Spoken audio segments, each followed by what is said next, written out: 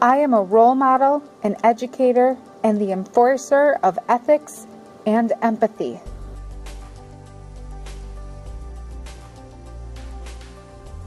It was the first snowstorm of 1983, and I was born. I'm the firstborn child of Kathy and Scott Siebers of Menasha, Wisconsin. My parents have been together since they were 16 years old. They were married by 18 and had me at 21 years old. My sister was born 3 years later. My sister and I didn't get along so much as kids, but as we've grown up, I can definitely say she is now my best friend. Children have their parents or guardians as role models for most of their childhoods. Teachers influence them second most. I lived in a white, middle-class, happy home. We weren't rich and we weren't poor. My very liberal, democratic parents both worked in paper mills. They taught us to be accepting of everyone and how to understand different viewpoints of others. My mom was especially forthcoming with information. She answered every question I ever had about anything: race, ethics, sex. She once told me, "Reba, I will never lie to you or judge you. You can always come to me for anything." And I did. Looking back, I sometimes wonder if maybe she should have lied more. I knew and understood a lot of things at a very young age. I probably could have believed in Santa a little bit longer. I'm just saying my parents were very honest. My parents raised me to be independent and confident, and I was. At the age of 7, I changed my own name. Well, sorta. I thought my name was Becky, and I hated it. Why did my sister, Vanessa, get such a pretty name and I got Becky?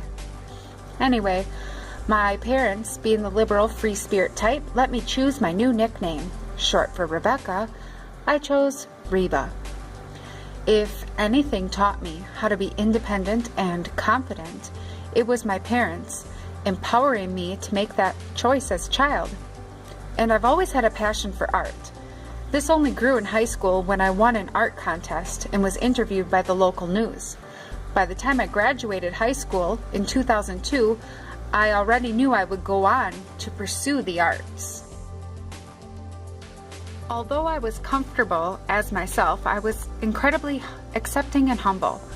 I had no idea that awkward preteen, thanks Mom for saving this picture, had grown into this confident senior in high school.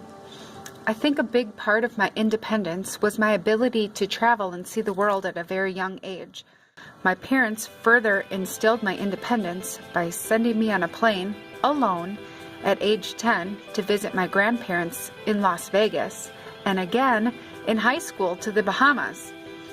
By doing this, I trusted myself and I gained a sense of responsibility that I now teach my students. I wasn't afraid to be alone. I was learning about other people and other cultures. I was seeing parts of the United States and I wanted to see more. Over the years, my travels haven't stopped. I've been all over the U.S. I studied abroad in Italy, Ireland, and Greece.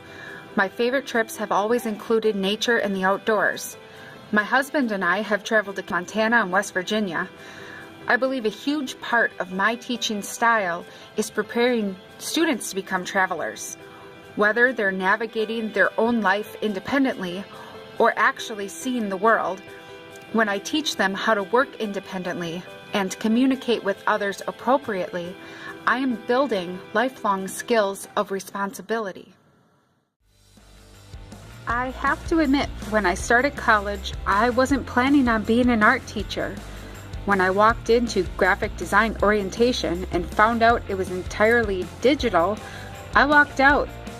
Luckily, on my walk back to the dorms, I passed art education orientation, and I was home.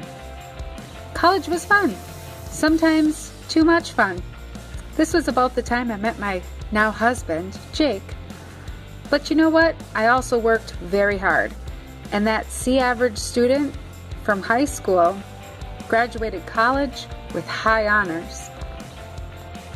My real expertise and teaching philosophy evolved from my teaching experiences.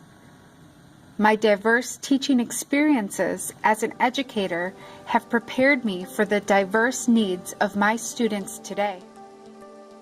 I've taught within the inner city schools of Milwaukee, the small towns of Wisconsin, and even a school for incarcerated students court-ordered to be there.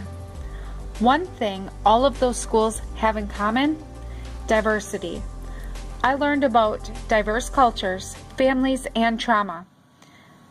I recognized teaching art would be more than just teaching art. But my greatest lessons have come from my own family. Jake and I married in 2008. We were blessed with 2 beautiful daughters, and we tried to raise them in the same kind of loving home we were both brought up in. I realize now I was lucky to have grown up in such a wonderful world. I don't believe I was sheltered, as my parents remained pretty open and honest about life. But I also didn't fully understand trauma until I saw it as a teacher. All of these experiences made me the teacher I am today. I have been teaching in Shawano, Wisconsin for 8 years. I am thankful for my happy and loving upbringing because it taught me how to nurture.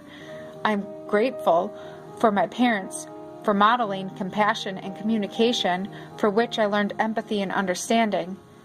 My travel and teaching experiences gave me an understanding of the world, cultures, and trauma, and how to connect with my students. I believe teachers are key participants in molding children into responsible, intelligent, and independent adults. With my life skills and education, I believe I can do that.